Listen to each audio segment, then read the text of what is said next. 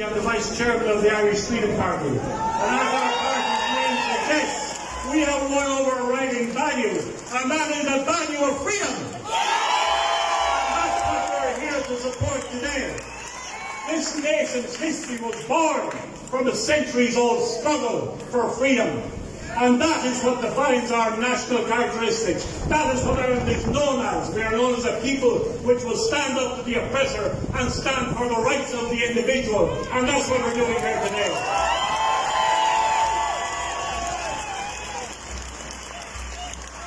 President Kennedy, when he came here many years ago, he reminded us that when his ancestors came from Ireland, they had brought only two possessions. The first was a strong religious faith, and the second was a thirst for liberty. Those values often go hand in hand, and the Irish thirst for liberty is known throughout the world. We have been known as a people who have always stood four square behind the oppressed and who involved ourselves in the freedom struggles of other nations, most notably in the American Revolution.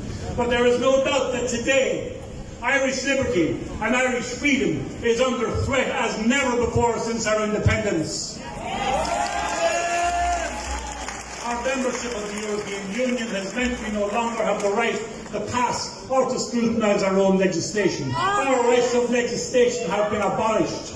Our government, as we speak, is engaging in a proposal to delimit our rights of freedom of speech and our rights of freedom of thought. And they are doing that at the behest of the black-shirted fascists we see over in that bridge, who absurdly call themselves Antifa.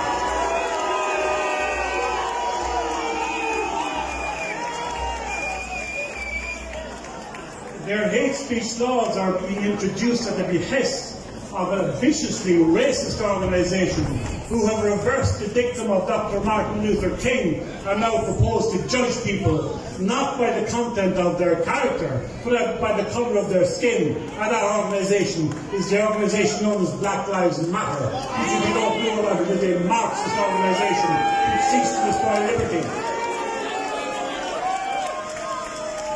I bet Mussolini would be proud of them with their black shirts and their ridiculous slogans and their pathetic numbers.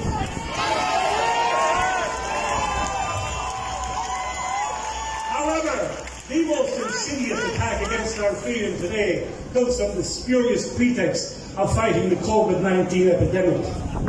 This attacks our rights of freedom of movement, our rights of freedom of association, our rights to earn a living, and with the introduction of mandatory mask wearing, our rights of bodily integrity. The education of our children is being undermined. A massive new public debt has been incurred, which will be the cause of recession for years to come. And this is being done by a government which is not able to justify its actions. There is no evidence that crashing the economy and attacking our liberties will save a single life. But there is every evidence that it is the egregious and unnecessary actions taken in the lockdown and ongoing in our health system that will be the real killer, not the pandemic.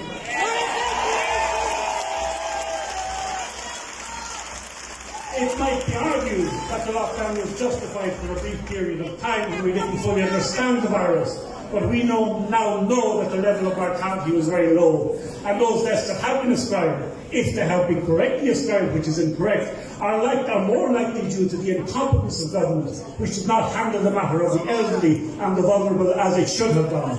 That's the cause of the deaths, not the virus.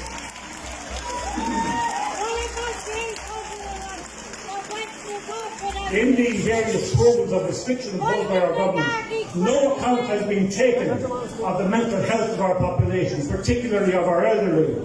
No account has been taken of spiralling suicide rates. No account has been taken of the long-term impact of denying early detection and treatment for cancer sufferers. And that is going to create a tidal wave on our health service in the year to come.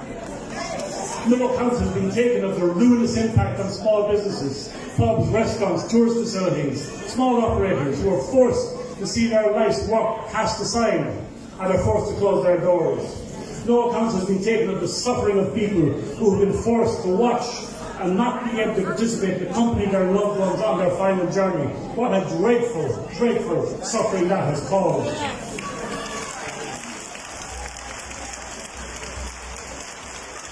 We can only wonder at the long-term impact of the destruction of our education system on the socialisation of our children and on the way in which the most vulnerable and the most needy will be left behind yet again.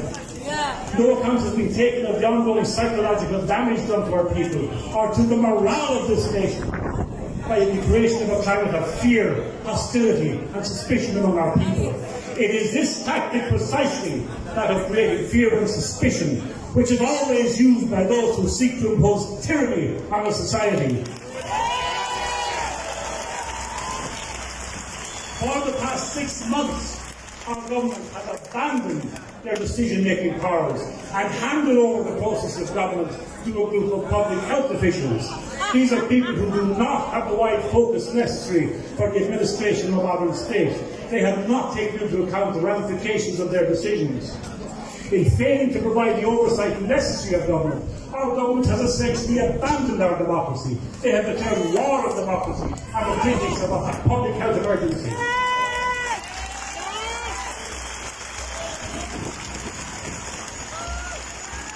We must also comment that those very institutions which are meant to protect us in time of emergency have left us behind. They have been found to be wanting.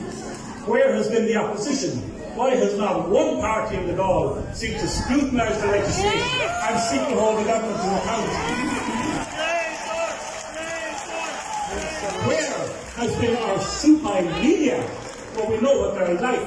They have been as cheerleaders for this government. They have never critically investigated what the government is doing. Why don't they make space for alternative voices, such as Professor Dolores Cahill and Dr. Marcus De Brun? Why are we not doing those voices?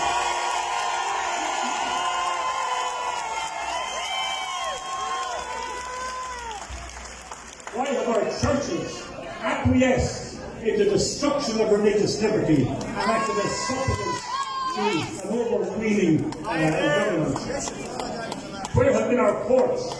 Well, I still have some hope for them. They have not been to the fore in protecting the public rights.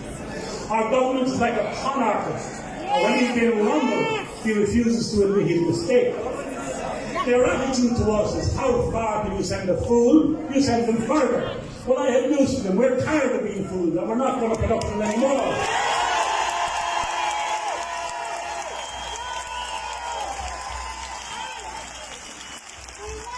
This government, since its early panic decision, has been digging a hole deeper and deeper for itself, and they're not able to find their way out. We must tell them it's time to stop digging and get out of this hole and stop making matters worse, because that's all you're doing. When we have a government which is more interested in protecting its reputation than in protecting the public welfare as a people, you can only expect matters to get worse. Can anyone doubt that when the flu season starts in September and October, that the government will again push for a full economic reckoning lockdown?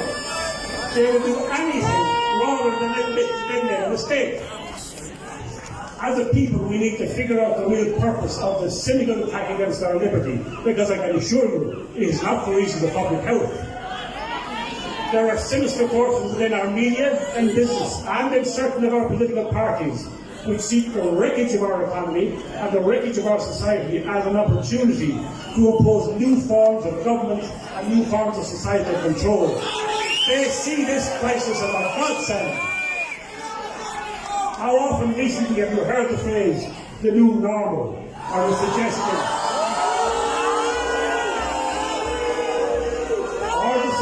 that we cannot go back to the way things were?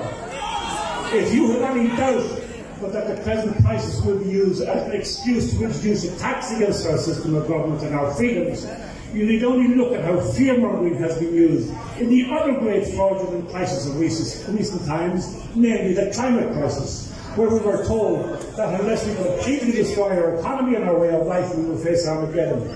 That so-called crisis is an even bigger lie than the present one.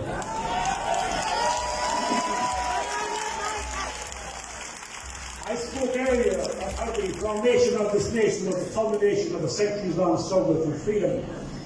That struggle culminated in the formation of the Irish Constitution, and in my opinion that is the one thing that may yet save us.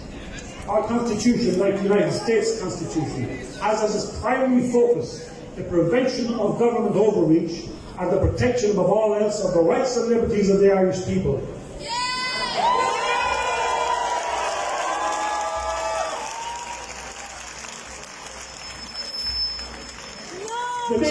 purpose of our Constitution is to stop government from acting illegally. I believe that what they are doing at present is illegal. Under our Constitution, if the government wishes to limit our rights, it must show that it has a justifiable reason for doing so. They have certainly not done this as yet. No, they have not. I believe, therefore, it's appropriate for us to consider another constitutional challenge to the government's actions. When the last one fell at the first hurdle, I think there was grounds in some of the comments made by the judge that there was a case to answer, and I believe it is appropriate that we should take another such action. I know that there are people considering this at the moment, and we must give them our full support, including our financial support as necessary. In the meantime, we can continue with meetings such as this. This is really a fantastic turnout. Don't be under any illusion. The media may ignore this meeting, but the backbenchers will not ignore this meeting. The public representatives will not ignore this meeting.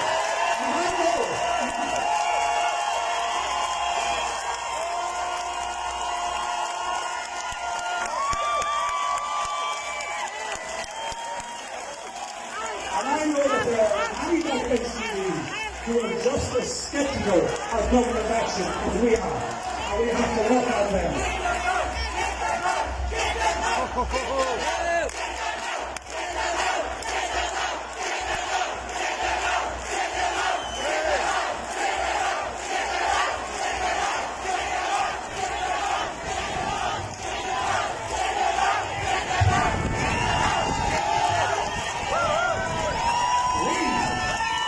We must also recognise that this is a deeply divided government with a weakened cabinet and an indecisive and clueless Taoiseach. Make no mistake about it, they're going to be coming to us soon looking for their votes again. And when they do, we must make our full anger on this matter felt.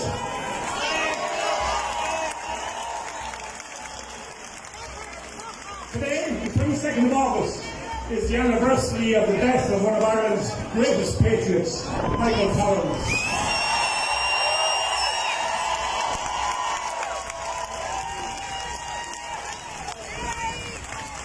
In 2 years' time, we will celebrate the 100th anniversary of the foundation of our state. There are many in our governments, and there are many in the European Union, who would wish that anniversary will never arrive, but it will arrive. We cannot let it be said that we were the ones who allowed Irish freedom to falter. If we have any Irish pride, and I know the people here do, we will protect intact that which we have received from the sacrifices of our forebears. Namely, a functioning democracy indicated for the welfare of the Irish people, where civil and religious liberties, the rights of free assembly, and the rights of free speech, and the right to have pride in our nation and our history are protected as if they were the most sacred values.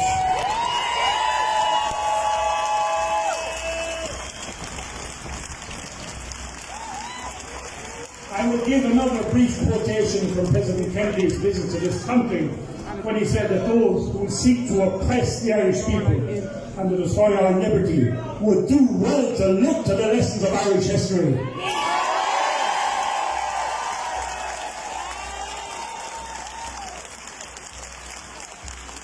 We are not a people which will take lightly to tyranny. No! I detect as I look around me the rumblings of a sleeping giant.